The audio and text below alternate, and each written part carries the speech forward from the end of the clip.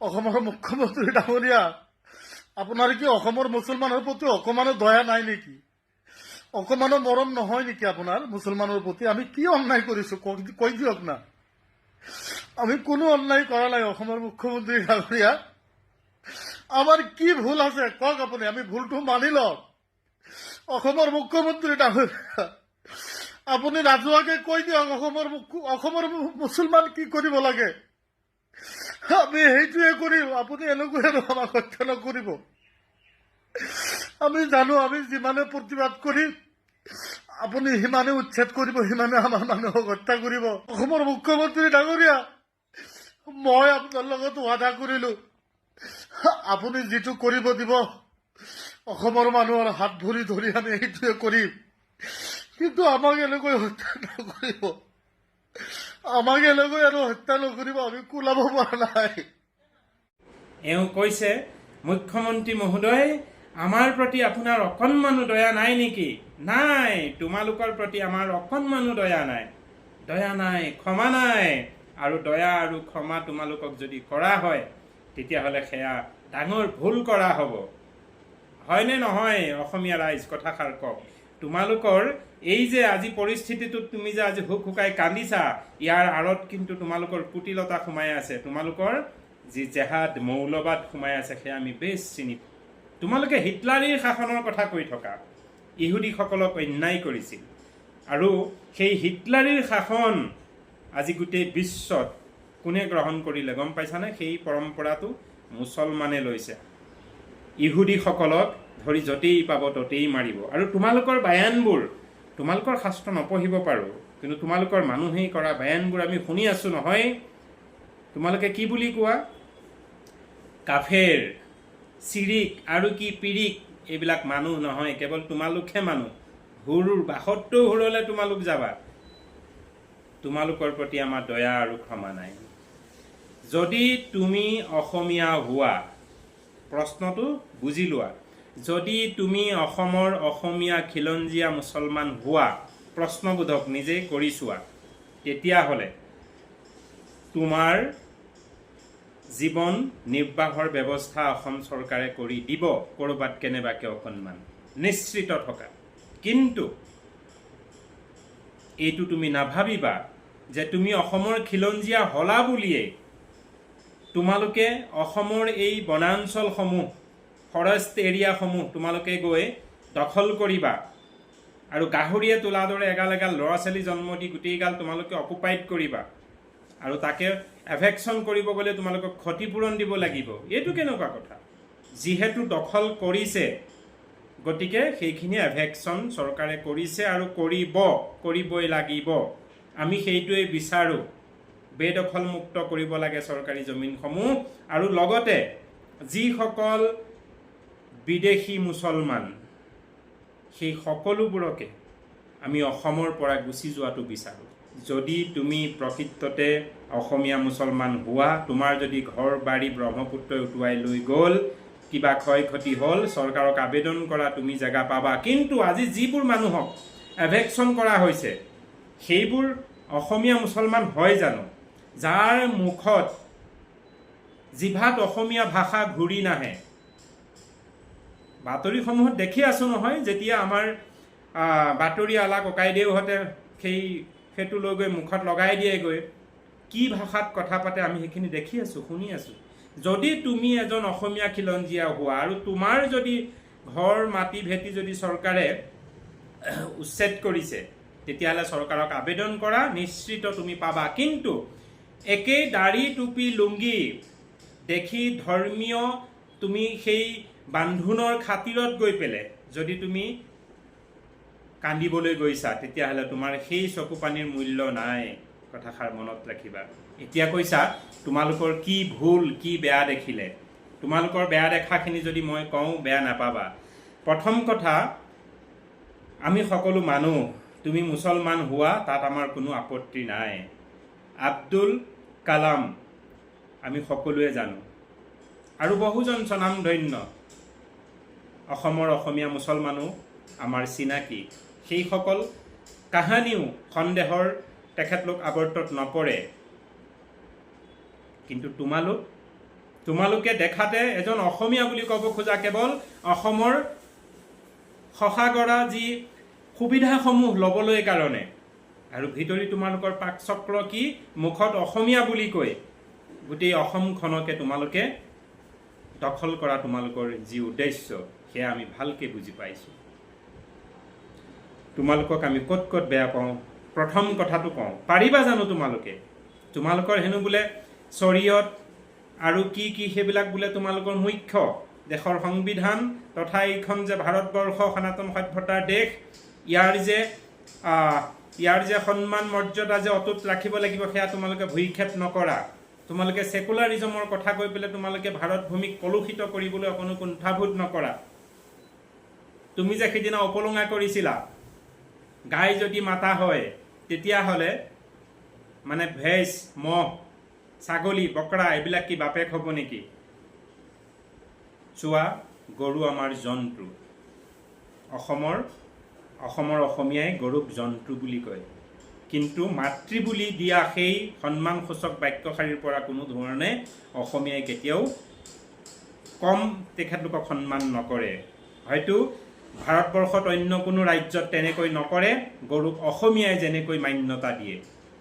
কিন্তু তোমালোকে কি কৰা? সেই গৰুকেই তোমালোকে হালাল দি খোৱাটো তোমালোকৰ ধৰ্ম বুলি কোৱা, আৰু তোমালোকে সেইটো কৰিবাই বোলে, কোনেও বাধা কৰিব নোৱাৰে। সেইটো নকৰিলে তোমালোকৰ জানো ভগৱান সন্তুষ্ট নহ'ব? তোমালোকে ৭২ সুৰ নাপাবাগৈ। এতিয়া কিয় কান্দিছা? আৰু কান্দিব লাগিব তোমালোকে। কোৱা, তুমি কাণত ধৰি আঁঠু কাঢ়ি কোৱা যে তুমিতো এজন আজহাৰী নে কি কিবা এটা মুফতি আছিলা, তোমাৰ নেতৃত্বত বহুত আছে ন, গোটেই সকলকে আঁঠু কাঢ়ি কাণত ধৰি ক'বলৈ দিয়া। তুমি কোৱা, প্ৰতিশ্ৰুতি দিয়া যে গৰু আমি নাখাওঁ। গৰুক অসমৰ অসমীয়া মানুহে যেনেকৈ আদৰ সন্মান কৰে, বিহু পালন কৰে, আমিও তেনেকৈয়ে কৰিম। ক'ব পাৰিবা? গৰুক বলি নিদিওঁ, কুৰবানী নিদিওঁ, গৰুক নাখাওঁ বুলি ক'ব পাৰিবা? মই কওঁ শুনা, তোমালোকে যদি এই এটা কাম অন্ততঃ কৰিব পাৰা, তেতিয়াহ'লে তোমালোকৰ ৫০% তোমালোকৰ অপৰাধ ঘৃণনীয়, এই যে তোমালোকৰ মুছলমান, দাড়ি টুপি লুংগি বুলি ক'লে, ইছলাম বুলি ক'লে, মিয়া বুলি ক'লে, সাধাৰণতে বিশ্ববাসীয়ে যিটো এটা ঘৃণাৰ চকুৰে চায়, অপ্ৰিয় সঁচা কথা, তোমালোকে যদি গৰু খোৱাটো যদি বন্ধ কৰি দিয়া, এইটো কমি যাব। পাৰিবানে কোৱা? পাৰিবা? অসমীয়া ভাষা সাহিত্য সংস্কৃতিক হাড়ে হিমজুৱে তোমালোকে গ্ৰহণ কৰিব পাৰিবা? তোমালোকৰ এই শৰীয়ত কিবা কিবি এইবিলাক তোমালোকে মানে জেহাদটো এৰিব পাৰিবানে? তোমালোকে উপাসনা কৰা, তোমালোকে আল্লাহ বুলিয়ে কোৱা, তোমালোকে নামাজ পঢ়া, কি কি আদায় কৰিব আছে কৰা, কিন্তু হিন্দু মানুহক কেতিয়াও কাফেৰ বুলি নোকোৱাকৈ থাকিব পাৰিবানে? কেৱল তোমালোকে ভগৱানক সন্তুষ্ট কৰিবলৈ মছজিদলৈ যাবানে, নে তাত গৈ তোমালোকে ইউনিটি মেনেজ কৰিবা? এইবোৰ এৰিব পাৰিবানে কোৱা? আৰু পাৰিবানে তুমি লাভ জিহাদ ত্যাগ কৰিব পাৰিবা? চোৱা, আমি যদিও অসমৰ অসমীয়া মানুহ, কিন্তু ধৰ্মভাৱেৰে আমি 19-20 বহুত। মেইন কাৰণটোৱে হ'ল তোমালোকে গৰু খোৱা। দ্বিতীয় কথা, নিয়ম নীতি বহু কিবা কিবি 19-20 আছে, যদিও আমি অসমৰ অসমীয়া, এইখিনি তাৰতম্যৰ কাৰণে আমি এইবোৰ সম্পৰ্ক কৰিব নোৱাৰোঁ। গতিকে তোমালোকৰ যিখিনি কমিউনিটি আছে, তাত তোমালোকে গাইডলাইন দি দিয়া, যাতে হিন্দু সনাতন সভ্যতাৰ মানুহৰ ছোৱালীক, বোৱাৰীকটো বহুত দূৰৰে কথা, ছোৱালীক কোনো কাৰণতে ফুচুলাই কেতিয়াও বিবাহ আজি প্ৰস্তাৱ নিদিয়ে। কাৰণ সেইটো কৰিলে সেইখন হিন্দু সমাজে, সেইখন হিন্দু ঘৰে কেতিয়াও অন্তৰত সুখ নাপায়। গতিকে এইবোৰ তোমালোকে ত্যাগ কৰিব পাৰিবানে কোৱা? পাৰিবা? আৰু বহুত আছে তোমালোকৰ যিবোৰ গোড়ামী। লাভ জেহাদ হ'ল। তৃতীয়তে লেণ্ড জেহাদ, যিটো ভূমি অধিগ্ৰহণ, এইটো তোমালোকে ত্যাগ কৰিব পাৰিবানে? আচ্ছা, মানিছোঁ বাৰু, এইখিনি বাংলাদেশী হয়নে নহয় বাৰু নকওঁ, মানিছোঁ অসমৰেই তোমাৰ কথাত যেনিবা, সকলোবোৰ যেনিবা 51ৰ আগতেই অহা, অসমৰেই যেনিবা। অসমীয়া ভাষাটো কিয় নাজানে? তোমাৰ মুখতো অসমীয়া শব্দখিনি কিয় স্পষ্টকৈ নাহে? অসমীয়া ভাষাটো কিয় নাজানে যদি অসমৰ অসমীয়া হোৱা?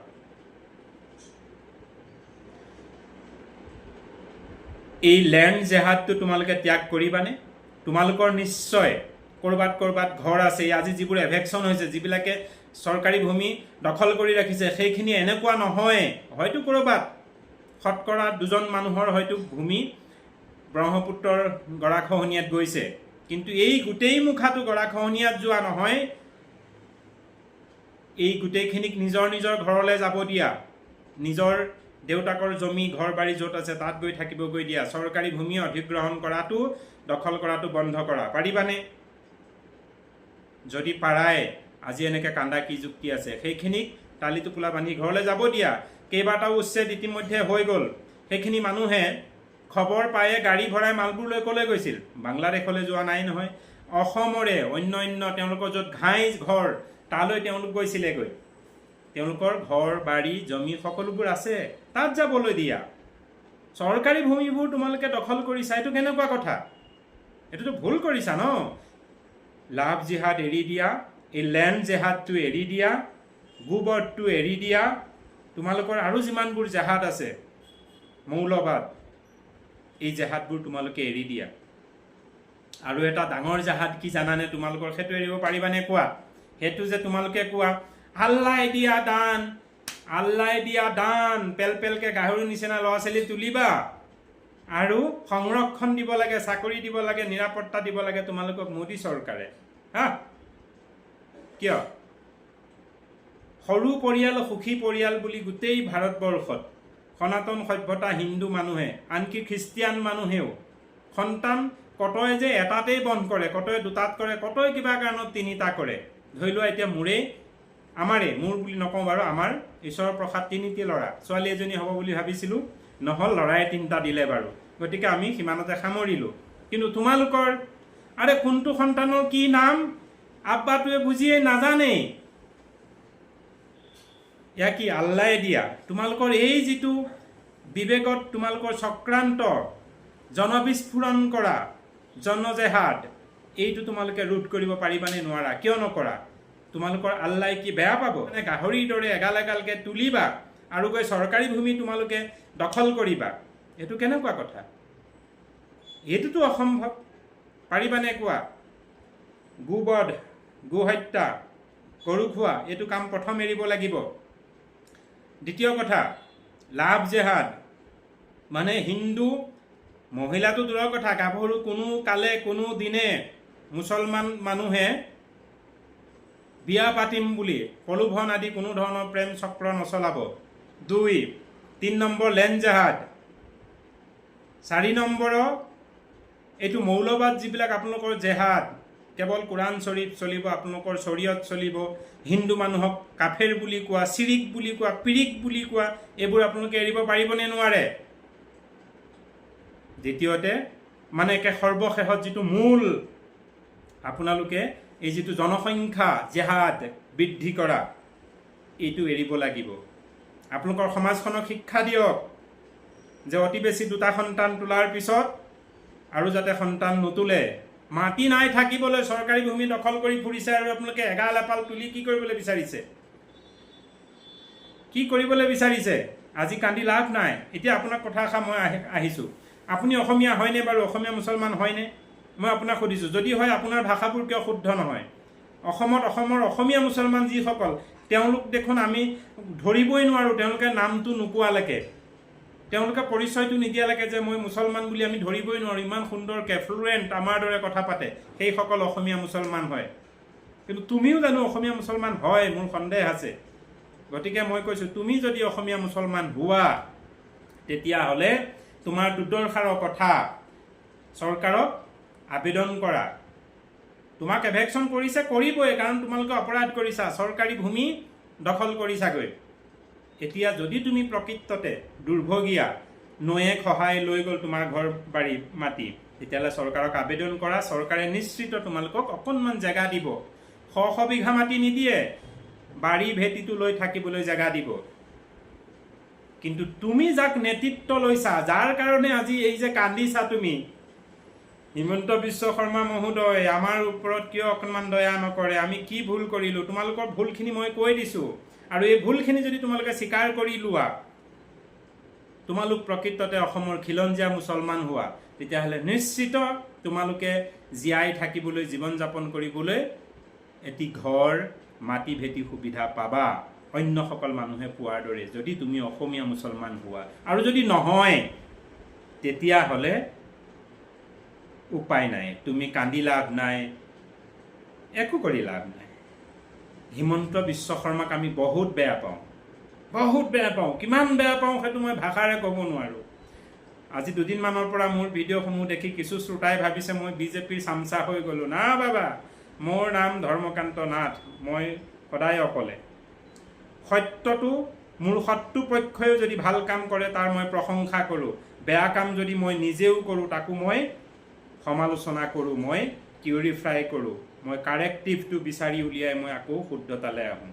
গতিকে হিমন্তক বহুত বেয়া পোৱাৰ স্বত্তেও হিমন্তই বৰ্তমান যিটো কাৰ্য কৰি আছে, এই কাৰ্যটো যদিও অসমৰ পৰা মুছলমান মুক্ত কৰা, মানে বিদেশী বাংলাদেশী মুছলমান মুক্ত কৰা, ই কোনো ধৰণৰ আচলতে ৱে নহয়, এইটো এটা শুদ্ধ হোৱা নাই যে এই কামটো কৰিলে অসমৰ পৰা বাংলাদেশী মুছলমানবিলাক গুচি যাবগৈ, এইটো শুদ্ধ সিদ্ধান্ত হোৱা নাই যদিও মাছ খালৈত ভৰাব নোৱাৰিলেও অন্তত পানী ঘোলা কৰি মাছ কিছু ঢেলপঙা দিয়া কামটো হিমন্ত বিশ্ব শৰ্মাই কৰিছে। গতিকে হিমন্ত বিশ্ব শৰ্মাক মই চেলুট জনাইছোঁ। আৰু মই আহ্বান জনাওঁ অসমৰ প্ৰতিজন অসমীয়াই, যাৰ শৰীৰত অসমীয়াৰ তেজ আছে, প্ৰতিটো দল সংগঠন বিৰোধী পক্ষৰ যিমান আছে, সকলো অসমীয়াই হিমন্ত বিশ্ব শৰ্মাক এই ক্ষেত্ৰত সহায় কৰিব লাগে। চকুকেইটাই যদি আপোনালোকে দেখিছে এইকেইদিনৰ বাতৰি, আৰু যদি আপোনালোকে চাওক, মই আকৌ কৈছোঁ, হিমন্ত বিশ্ব শৰ্মাৰ ক'ৰবাত অভিযোগ আছে, কিবা আছে, সেইটো এতিয়া মেটাৰ নকৰে, সেইটো ঢাকি থওক। কিন্তু বৰ্তমান তেওঁ যিটো জংঘল চাফা কাম হাতত লৈছে, এই কামটোত তেওঁক সঁহাৰি জনোৱা আমাৰ দায়িত্ব, আমাৰ কাম, কৰ্তব্য বুলি ধৰক। কাৰণ অসমত মোৰ দৃষ্টিত মই আৰু কাকো দেখা নাই, আৰু যে পাম তেনে মই আশাও কৰিব নোৱাৰোঁ। এতিয়া মই ফেচবুকতে পাইছোঁ আৰু বহু ঠাইৰ পৰা ৰাইজে হিমন্ত বিশ্ব শৰ্মা মহোদয়লৈ আবেদন কৰিছে যে মহোদয় ইয়াতো হ'ব লাগে, তাতো হ'ব লাগে, তাতো। মোৰ এজন অসমীয়া খিলঞ্জীয়া বঙালী সম্প্ৰদায়ৰ মোৰ বন্ধু, এই সৰু পথাৰৰ ফালৰ, তেওঁ ঘৰৰ পিছফালে যি গেজেং আছে, সেয়া গেজেঙৰ ওচৰলৈ এতিয়া তেওঁলোক যাবলৈ সাহ নকৰে। বেলি থাকোঁতেই গৰু গাই বোলে ঘৰ চপাব লাগে, অকলেতো জীয়াৰী বোৱাৰী পিছফালে যাবলৈ সাহস নকৰে। আজি কেইবছৰৰ আগত সেইবোৰ কেৱল গেজেং আছিল, তাত কোনো মানুহ নাছিল। এতিয়া চব জুপুৰি, কেৱল মিয়া। ক'ৰ সেইবোৰ? তোমাৰ কথা মতে যদি কওঁ, সেইসকল বাংলাদেশী মুছলমান নহয়, মানিছোঁ অসমৰে কোনোবা এখন ঠাইৰ মুছলমান। কিয় গৈ চৰকাৰী ভূমি অধিগ্ৰহণ কৰিছে, কিয় দখল কৰিছে, কিয়? সেই ঠাইখিনি দখল কৰিবলৈ সেই ঠাইত আৰু কিবা অন্যান্য মানুহ নাই নেকি? অসমৰ ইমূৰৰ পৰা মিয়া গৈ যে তাত দখল কৰিছে সিমূৰত, মানে গোটেই অসমখন কেৱল মিয়াৰ লুঙিয়ে ভৰাই দিবলৈ কিয় বিচাৰিছা তোমালোকে? য'ৰ মানুহ য'তে আছা ত'তেই থাকা। এজন অসমীয়া যদি হোৱা, অসমীয়া মানুহৰ দৰে ব্যৱহাৰ কৰি অসমীয়া মানুহ হৈ বাহিৰে ভিতৰে কেৱল উপাসনা পদ্ধতিটো তোমালোকৰ মুছলমান ইছলাম কৰি ৰাখি অসমীয়া মানুহ হৈ জীয়াই থকা যদি তুমি এজন অসমীয়া হোৱা, তেতিয়া মৰম আদৰ সন্মান সকলো পাবা। আৰু যদি তোমালোকে কট্টৰ জেহাদী, মৌলবাদী, ইছলামী মুছলমান যদি তোমালোকে হোৱা, তেতিয়াহ'লে এই ঘৃণাৰ দৃষ্টি সদায় থাকিব। আৰু এইটো মনত ৰাখিবা, তোমালোকে এই গোটেইখিনি কাম কৰিলেও আমি কিন্তু বাংলাদেশী মুছলমানক কেতিয়াও গ্ৰহণ নকৰোঁ। আৰু সেই বাংলাদেশী মুছলমান যিবিলাক অসমত, এতিয়া অসমৰ মুছলমানৰ প্ৰায় 60% বাংলাদেশী মুছলমান অসমত আছে। এই মুছলমানখিনিক লৈ যিসকল, তুমি যদি এজন অসমীয়া মুছলমান হোৱা, তুমি যদি বাংলাদেশী মুছলমানৰ যদি দৰদত যদি তুমি আজি চকুপানী উলিয়াইছা, তেতিয়াহ'লে তোমাকো কিন্তু ৰেহাই দিয়া নহ'ব। তুমি তোমাৰ কথা চিন্তা কৰা, অসমখনৰ কথা চিন্তা কৰা। যদি তুমি এজন অসমীয়া খিলঞ্জীয়া অসমীয়া নাগৰিক হোৱা, সেইবিলাকৰ লগত চকুপানী উলিওৱা বন্ধ কৰা। মানুহেই, কিন্তু এই যে মৌলবাদ, জেহাদ, ৰহিংগীয়া, এইসকলৰ চৰিত্ৰ গোটেই ভাৰতে নহয় বিশ্বই জানি উঠিছে, বুজি উঠিছে। তোমাৰ ভুল কি আছিল, কি কৰিব লাগিব তুমি হিমন্ত বিশ্ব শৰ্মাক সুধিলা। আৰু মই হিমন্ত বিশ্ব শৰ্মাৰ জেগাত থাকি তেখেতে কি ক'ব সেই কথাখিনি মোৰ অনুভৱেৰে মই প্ৰকাশ কৰিলোঁ। যদি মোৰ এই ভিডিঅ'টো তোমালৈ গৈ পাইছে, তুমি বিবেক আৰু বুদ্ধি ব্যৱহাৰ কৰি কথাখিনি বুজিবলৈ চেষ্টা কৰিবা। প্ৰথম, যদি তুমি অসমীয়া মুছলমান হোৱা, তুমি যদি কেনেবাকৈ উচ্ছেদিত হৈছা কিবা কাৰণত, ব্ৰহ্মপুত্ৰ পানীয়ে উটুৱাই লৈ গ'ল তোমাৰ ঘৰ বাৰী, তেতিয়াহ'লে তুমি আবেদন কৰা, তুমি থাকিবলৈ ঘৰ মাটি ভেটি কিবা অকণমান চৰকাৰে দিব। আৰু যদি তুমিও বাংলাদেশী হোৱা, 51ৰ আগত তোমাৰ পিতৃপুৰুষ অহা হয় নে নহয়, তেতিয়াহ'লে তুমিও কিন্তু তালি টোপোলা বান্ধিব লাগিব, কথাটো মনত ৰাখিবা। মই কোৱা নাই তুমি বাংলাদেশী বুলি, মই সুধিছোঁ তুমি নিজকে প্ৰশ্ন কৰা, তুমি হয় নে নহয়। যদি হয়, তুমি বাহিৰে ভিতৰে এজন খিলঞ্জীয়া অসমীয়া মুছলমান হৈ তুমি জীয়াই থকা, তেতিয়াহ'লে তোমাক আমি সকলোৱে আদৰ কৰিম। কিন্তু তুমি জেহাদী গোৰামী, মৌলবাদী গোৰামী নেদেখুৱাবা। ধন্যবাদ, আজিলৈ ৰাখিছোঁ। প্ৰিয় অসমীয়া ৰাইজ, আজি এই ব্যক্তিজনৰ যিটো তেওঁৰ মনৰ ভাৱ, কান্দিকুটি মহোদয়লৈ, হিমন্ত বিশ্ব শৰ্মা মহোদয়লৈ তেওঁ যিটো তেখেতৰ বিনীত নিবেদন আগবঢ়াইছে, তাৰ ওপৰত মই প্ৰত্যুত্তৰ হিচাপে তেখেতলৈ আগবঢ়োৱা বক্তব্যখিনি আপোনালোকৰ কেনেকুৱা লাগিল জনাবলৈ নাপাহৰিব। অৱশেষত যদিও 855জন শ্বহীদৰ তথা শত শত শ্বহীদৰ তেজৰ যি বিনিময় আজিও আমি পোৱা নাই, বৰ্তমান হিমন্ত বিশ্ব শৰ্মাই যি কৰি আছে উচ্ছেদ কাৰ্যসূচী, এয়া কিন্তু প্ৰকৃত অৰ্থত বিদেশী বিতৰণৰ কাৰ্যসূচী হোৱা নাই। কিন্তু এয়া যে মাছ ধৰিব নোৱাৰিলেও অন্তত পুখুৰী পানী ঘেলা কৰি 2-4 মাছক উপদ্ৰৱটো কমোৱা হৈছে, সেইটো সত্য কথা। আপোনালোকে নিশ্চিত দেখিছে, হাজাৰ হাজাৰ বিঘা মাটি ইতিমধ্যে উচ্ছেদ মুক্ত কৰিছে আৰু বহু লাখ বিঘা আছে বোলে অসমৰ চুকে কোণে। আমি কেৱল আমাৰ ঘৰটো, বাৰীখন, বজাৰখন চিনি পাওঁ, গোটেই অভয়া অৰণ্য, আমাৰ জংঘলসমূহ সকলোবোৰ তেওঁলোকে দখল কৰিলে। আজি এটা ড্ৰোনত ভিডিঅ' দেখুৱাইছে হিমন্ত বিশ্ব শৰ্মাই, ড্ৰোনৰ দ্বাৰা দেখুৱাইছে কেৱল জুপুৰি সাজি সাজি টিঙৰ মিয়াবোৰ গৈ তাত সোমাইছেগৈ। সেই মিয়াবোৰ কোন হয়? তেওঁ 51ৰ আগত অহাৰ হয়নে? যদি হয়ও, তেওঁ চৰকাৰী ভূমি এনেধৰণে বেদখল কৰাৰ অধিকাৰটো ক'ত পালে? গতিকে চৰকাৰী ভূমিহে বৰ্তমান দখলমুক্ত কৰিছে, কোনো বাংলাদেশী চিনাক্ত কৰা কাৰ্যসূচীটো এতিয়াও হাতত লোৱা নাই, সেৱনাটো আছেই। ঠিক আছে, ধন্যবাদ, আজিলৈ ৰাখিছোঁ। জয় আই অসম।